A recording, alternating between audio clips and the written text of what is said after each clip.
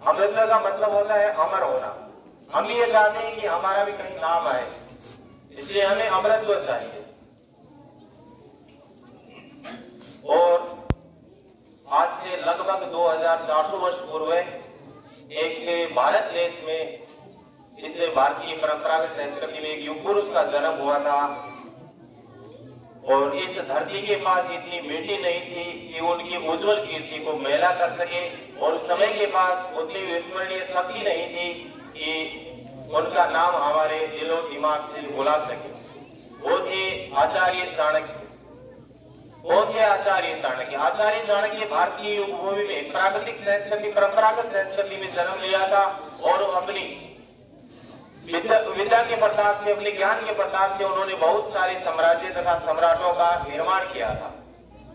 एक बार की बात है, लगभग 2347 वर्ष पूर्व जब यूनानी युवों ने प्रदेश से सिकंदर नाम था, जिसका भारत भूमि में आक्रमण करने जो पूरा विश्व उसमें विजय पाने के लिए वह निकला था और लगभग देशों को अपने अधीन करके अपने भारत भूमि में घुसा था और तक्षशिला उसपे आक्रमण कर दिया था, उसको अपने अधीन भी कर लिया था। तब जो आचार्य चाणक्य है, उन्होंने ये सोचा कि अब जो लास्ट उपाय बचा है वो है मगध के राजा धनानंद। और उस समय के सबसे विद्वान, सबसे घमंडी भी माने जाते हैं और सबसे अमीर राजा भी माने जाते थे। उन्होंने ये सोचा कि उनके पास जाकर ये हमारे भारतवर्ष को बचाया जा सकता है, अन्यथा ये भारतवर्ष बचने का नाम नहीं है। इस भारत भूमि का जो सुहाग है वो दूसरे विदेशियों के हाथों में चला जाएगा। वह उनके दरबार में जाता है और वहां पर उनका अपमान होता है आचार्य चाणक्य का।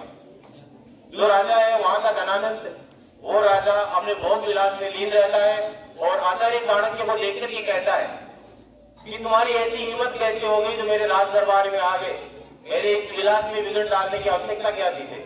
आचार्य चाणक्य प्रार्थना के साथ कहते हैं कि महाराज एक बहुत बड़ी मुसीबत आन पड़ी। ऐसी कौन सी मुसीबत है बोलो? तो बता रहे हैं कि हमारा जो भारत देश है उसमें जो सिकंदर नाम का युवन एक विदेशी है वो आक्रमण करने आ गया है, इसको अधीन करने आ गया है और आप ही एक अंतिम रास्ता है जो बता सकते हैं। तो उन्होंने कहा, वो घमंडी था, उसे कोई मतलब नहीं था। उन्होंने बोला तक्षशिला किसी के अधीन हो जाए मुझे कोई लेना देना नहीं, गंधर्व किसी के अधीन हो जाए मुझे कोई लेना देना नहीं, लेकिन मगध जिस दिन मगध पे आक्रमण करेगा उस दिन मैं सोचूंगा। तब उन्होंने कहा था कि महाराज जब भारतवर्ष ही नहीं रहेगा तो कहाँ के सम्राट रहोगे, कहाँ का साम्राज्य रहेगा? इतना अपमान करकर उन्होंने भी ये सोचा। मेरी भी प्रार्थना के साथ आचार्य चाणक्य उनसे हर एक बात के प्रार्थना कर रहे थे, करपत निवेदन कर रहे थे कि आप कैसे भी करके उन्हें बचाओ, लेकिन उन्होंने न मानते हुए घमंड जोश में आकर उन्होंने कहा था एक तुच्छ ब्राह्मण, एक साधारण शिक्षक होकर के और तुझे इतना घमंड। तब आचार्य चाणक्य ने गुस्से में आकर अपनी दार्शनिक को उतार कर कहा कि हे मूर्ख धनानंद, एक शिक्षक कभी साधारण नहीं होता है। पढ़ने और निर्माण की जो रेखा है उसकी गोद में होती है और तुम्हारे जैसे तुच्छ राजाओं की जो मुकुट है हमारे शिक्षकों के चरणों में पड़े रहते हैं, जब चाहे जिसके चाहे सिर पे रख सकते हैं। इतने गुस्से होकर के दोनों में वार्तालाप बढ़ जाती है और धनानंद का अंतिम समय आता है। तब विधाता ये सोचती है कि जब नाश मनुष्य पर जाता है तो विवेक पहले मर जाता है। उन्होंने ये सोचा था कि अब इसका अंत करना नहीं हो रहा है, क्योंकि उन्होंने बहुत सारी गलतियां की थी, बहुत सारे अपमान कर दिया था उनका, एक शिक्षक का, एक ब्राह्मण का अपमान किया था।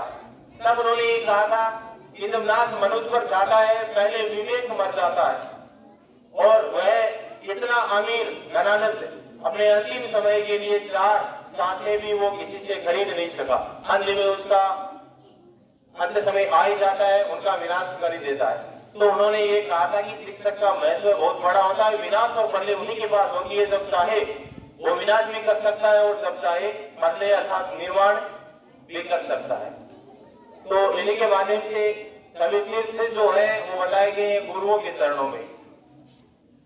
पंक्तियों में एक संगीत के रूप में कहा गया है कि सारे तीर्थ धाम आपके चरणों में, हे गुरुदेव प्रणाम आपके चरणों में।